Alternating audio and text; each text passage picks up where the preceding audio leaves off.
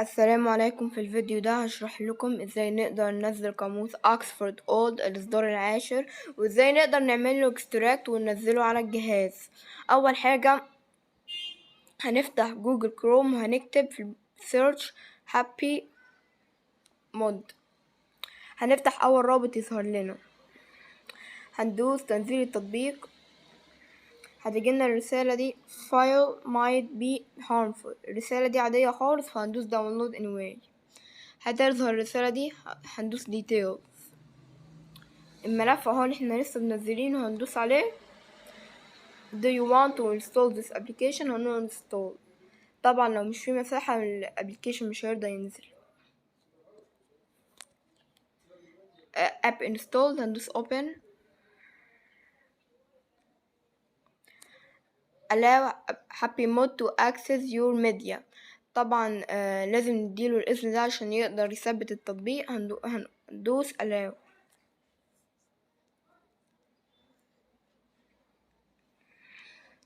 اوكي،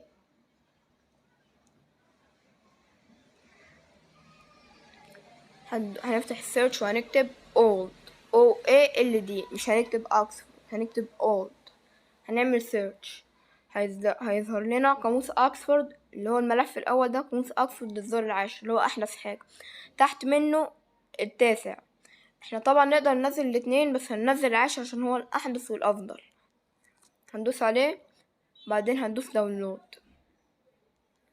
طبعا سرعة الداونلودنج على حسب سرعة الانترنت.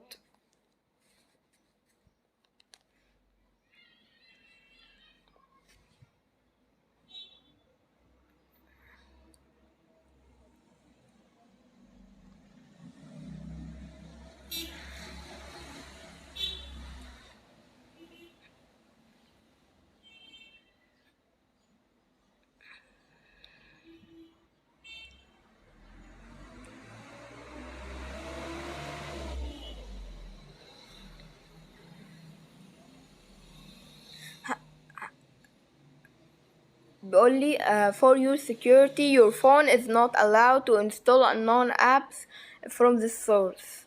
يعني معنى الكلام ده انه التليفون انت مش اديته الاذن اللي هو ينزل من التطبيق اللي هو هابي مود، فاحنا هنديه الاذن وبعدين هندوس انستول. هو كده بينزل قاموس اللي هو الاصدار العاشر.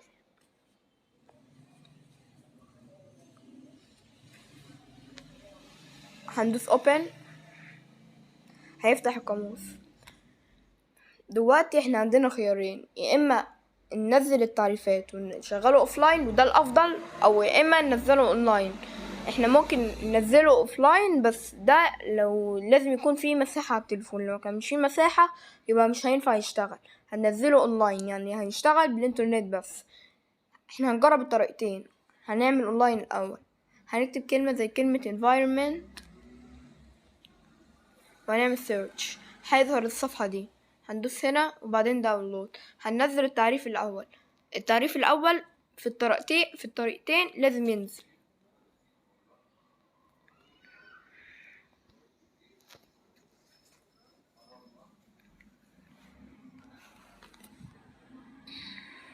هرجع لكم لما يخلص تحميل. والتعريف نزل، ولما لما ينزل هندوس open. وطبعا هنكتب كلمة زي environment برضو. واحنا كده هو ظهر transcription. ودي الصور، بس الصور لازم ننزل التعريف بتاعها، يعني هي مش شغالة. هندوس مش هتقدر تشتغل عشان لازم نشغل التعريف بتاعها. احنا دلوقتي ده التعريف، تعريف الكلمة.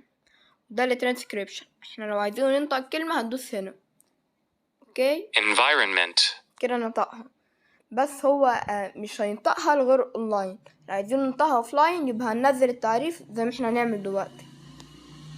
هنرجع وهندوس على 3 نقط، وهندوس manage downloads وهننزل pictures اول حاجة، وبعدين ننزل البريتش سبوكينج والامريكان سبوكينج.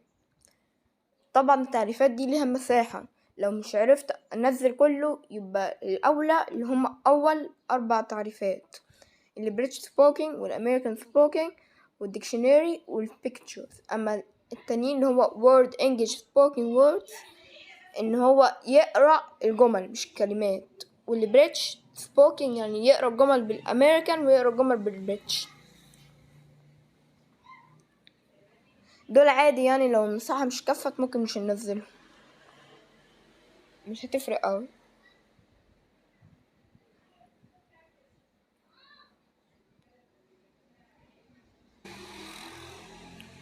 ودلوقتي بعد ما نزلنا كل التعريفات هندوس open ونكتب كلمة تانية زي policeman.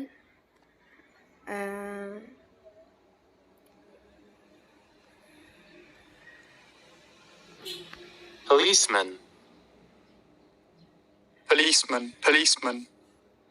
لو كتبت برضو كلمة زي تاني برضو environment عشان نجرب الصور بقت متاحة، يعني بيجيب أمثلة يعني لها علاقة بكلمة environment. ولو جبنا هنا برضو كتبنا verb زي run هنلاقي جايب الverb forms في ال present run runs simple past simple run وفي ال past برضو run. simple. ولو كتبنا برضو كلمة زي drink لا verb عايزينها verb مش noun. ال present simple drink drinks فين ال past simple drunk. يبقى كده القاموس يشتغل ويقدر يشتغل اونلاين. ممكن لو جربناه دلوقتي وصلنا الواي فاي فتحنا drink شغال اهو. ونقطة كمان انه احنا لو فتحنا القاموس وجبنا اي كلمة بيبقى فيه هنا حاجة زي شرح للقواعد بتاعة اللغة الانجليزية.